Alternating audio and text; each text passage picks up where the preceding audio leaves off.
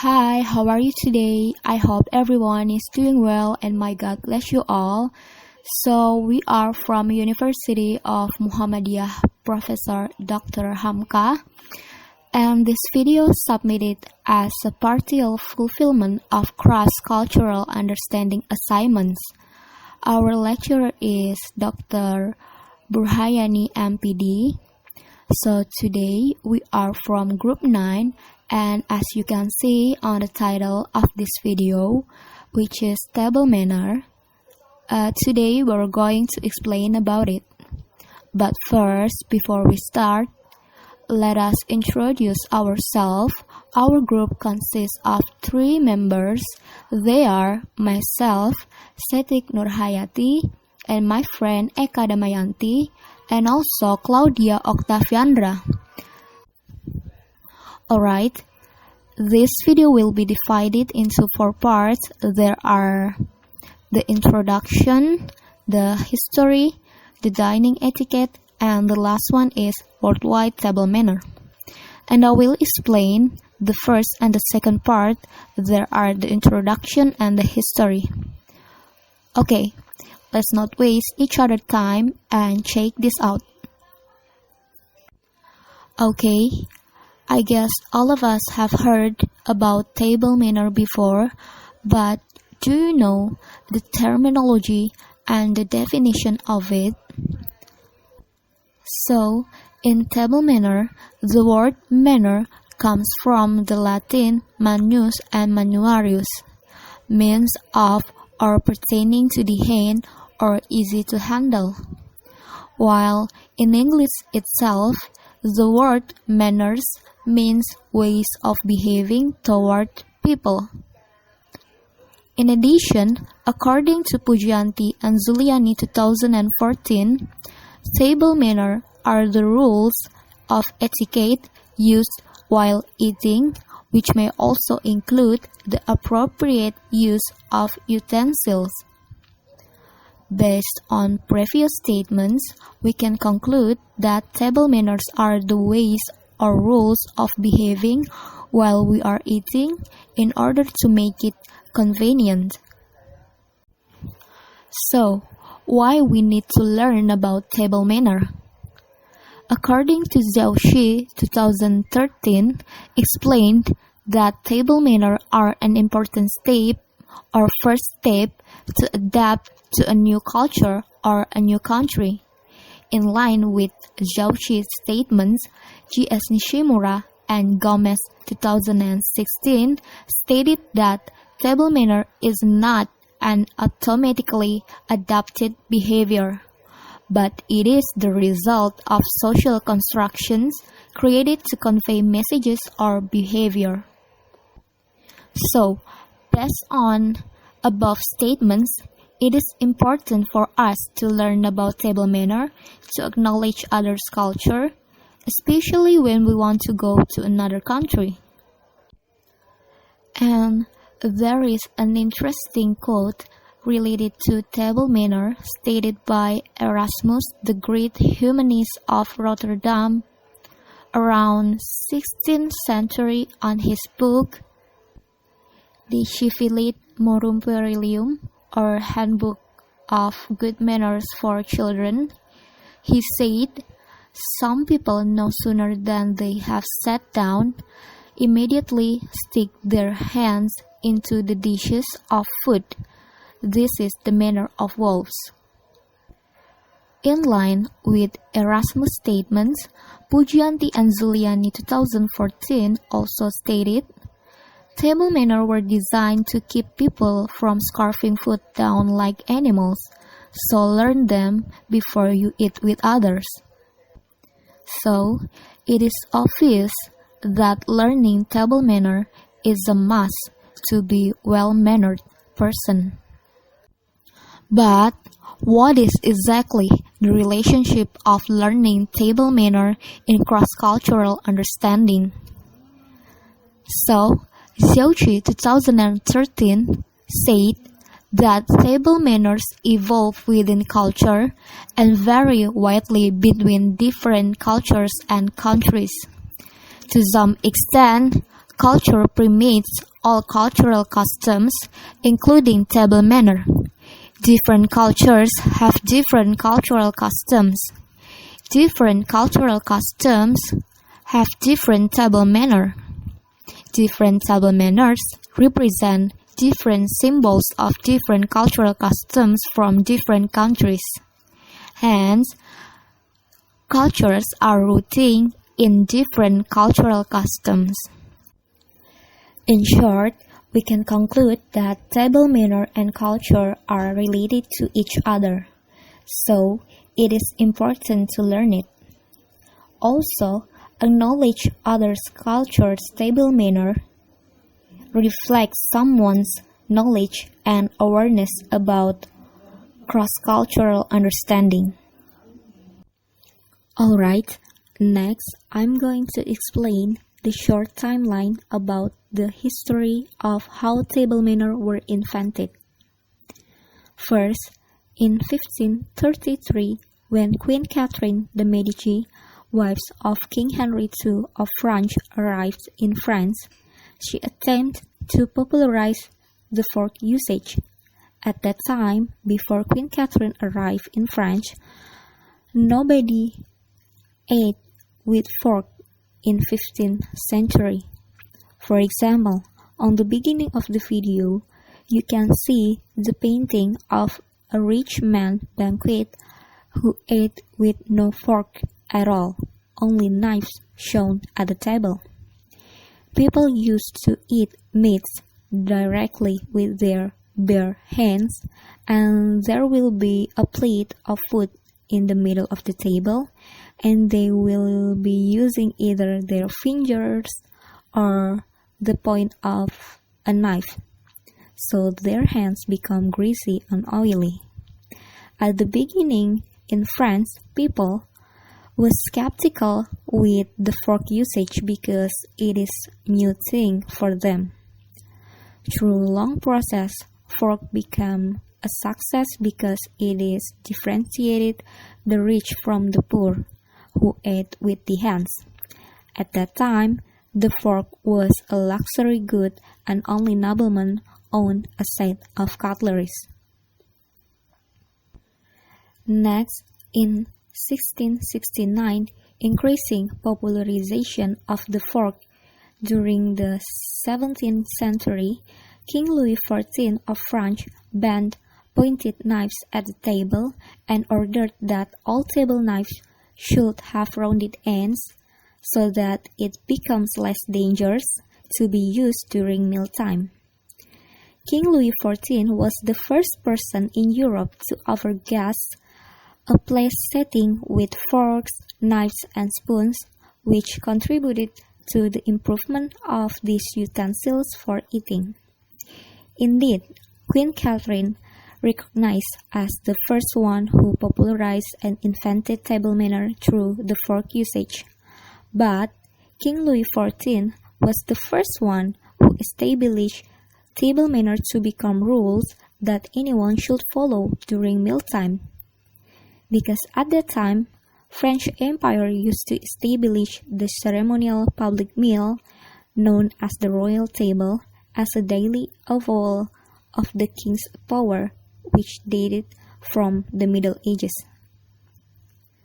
Finally, we arrive at 21st century, which is nowadays.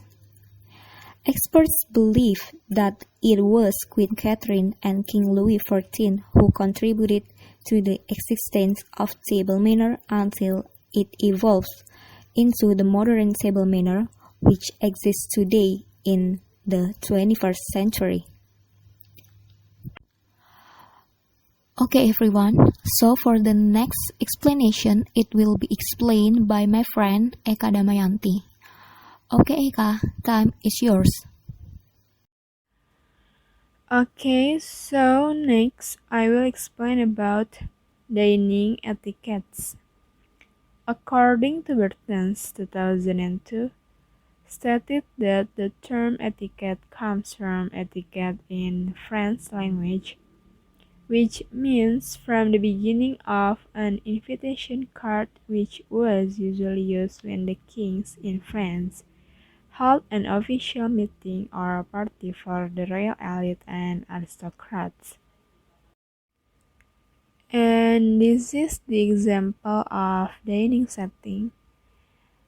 There are a lot of utensils with each function. And here are some essential dining etiquette rules that you should follow. First, sit up straight on your chair, but please turn off your cell phone before you sit. The second, unfold your napkin after the host or hostess has placed his or her napkin in their lap, and place your napkin in your chair if leaving the table during the meal. Don't open your napkin by shaking it. Open it discreetly under the table, and don't tuck it in your collar. The third, taste your food before you add salt, pepper, or other seasoning. Doing otherwise may be insulting to the host or hostess. The fourth, chew with your mouth closed. Please don't ever talk when you have food in your mouth. Even if someone asks you a question, wait until you swallow before answering. The fifth, say thank you, please, and excuse me if you want to do something, or when someone gives you a favor.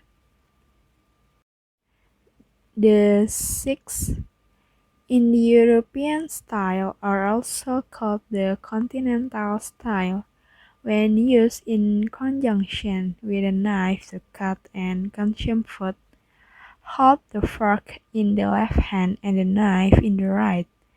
Don't cut all your food before you begin eating.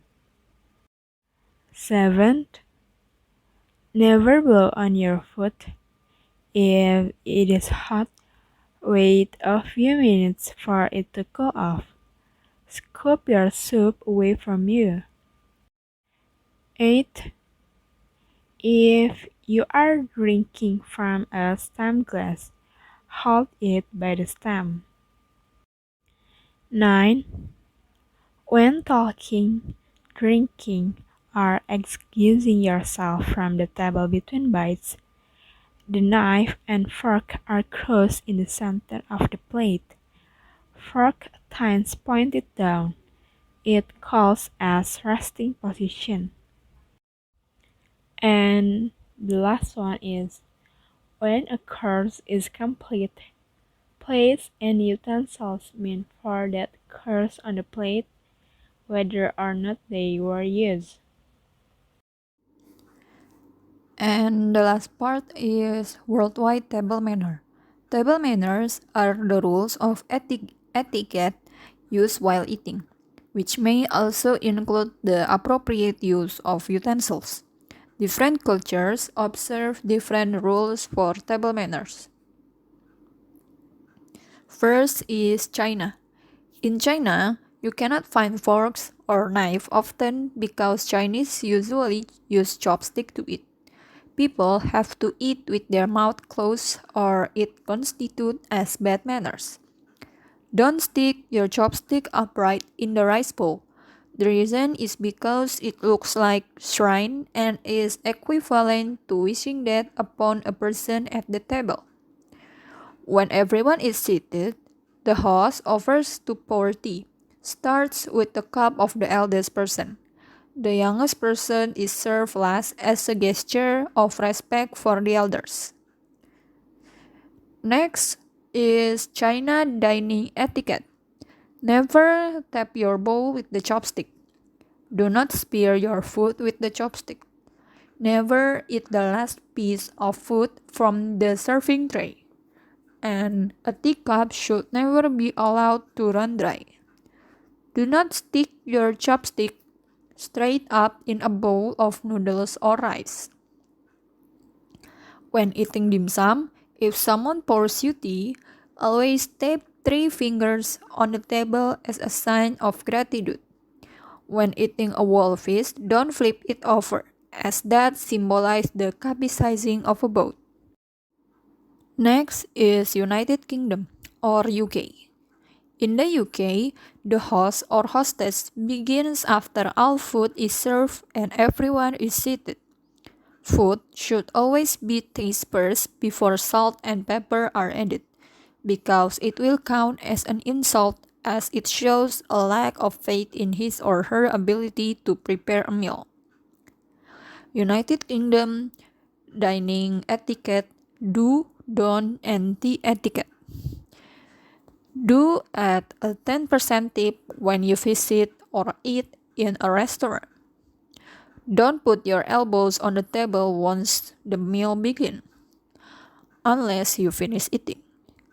Tea etiquette: don't touch the side of your cup with the spoon when stirring. Don't leave the teaspoon in your teacup. Then you have to put the teaspoon down on your saucer in the same direction as the cup handle. Next is Indonesia. In Indonesia, you must wash your hand before and after eating. Use right hand when picking up and eating food if you want to eat with hand, and keep the left hand at the side. If you want to cut your food, use the side of the spoon first, then move on to the fork if necessary. The host is always the last one to sit and eat. Indonesia dining etiquette: do not begin to eat or drink until the oldest man at the table has been served and has begun. Eat slowly. Slurping and eating rapidly is rude and a sign of being greedy. It is normal to eat rice with your fingers. However, it is acceptable to eat rice with utensils. Do not take food from the communal dishes with the same utensils that you use for eating. Eat or pass food with your right hand only. And do not eat in front of your Muslim colleagues or invite them to join you for a meal during Ramadan. Next is South Korea. In South Korea, a soup may be served in one large communal pot to be consumed directly. Dining utensils will include one pair of chopsticks and one spoon. Rice is generally eaten with spoon instead of chopstick, or it's considered as rude. Bowls of rice or soup should not be picked up off the table while dining. Slurping while eating noodles and soup is generally acceptable, and it's not uncommon to chew with mouths open. Korea dining etiquette: wait for the oldest person to lift their spoon or chopstick first before you start eating. Do not ever blow your nose during a meal, even if it's running like crazy. Do not leave your bowl off the table and eat with the bowl in your hand. All the small dishes, the small side dishes you see at every Korean meal are called banchan. Do not reach across the table for distant food, and do not use your hands to pick up food. And the last one is India. In India, one should not leave the table before the host or the eldest person finish his or her food. It is also considered impolite to leave the table without asking for the host or the eldest permission. Hand washing before eating and after eating is important. Don't clean the plate with cloth or paper tissue because it may considered as unhygienic. Generally, it is not acceptable to burp, slurp, spit, staring at another diner's plate, and make sounds while chewing because it is inappropriate and taken as being rude. Next is India dining etiquette. Be sure to finish your meal as wasting food is considered extremely disrespectful. And do wash your hands both before and after eating. Pay close attention to the fingernails. Don't eat too quickly or too slowly. A medium pace is important.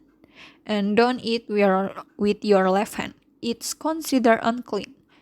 Use the right hand instead. Cutlery is rarely provided. Conclusion.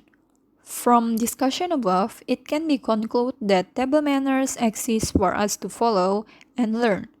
We can conclude that table manners are the ways or rules of behaving while we are eating in order to make it convenient.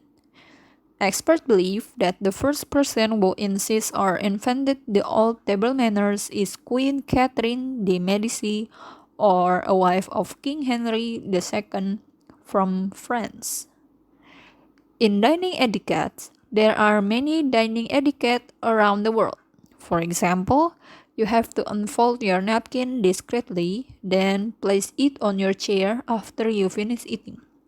Once the meal begins, utensils should never touch the table. Different cultures observe different rules for table manners. Like in China, you won't find forks or knife, and no eating noises allowed during meal because it counts as bad manners. In the UK, the host or hostess take the first bite unless he or she instruct the otherwise. In Indonesia, usually use spoons or forks or no utensil at all, which means they can eat with their bare hands. In South Korea, the youngest should do some additional cooking or serving at the table. And lastly, in India, certain Indian food can create sound, so it is important to close the mouth and chew at a medium pace. And I think that's all from our group and our discussion for today about table manners. I hope you guys enjoy our presentation, and we are sorry if we make some mistake. Wassalamualaikum warahmatullahi wabarakatuh.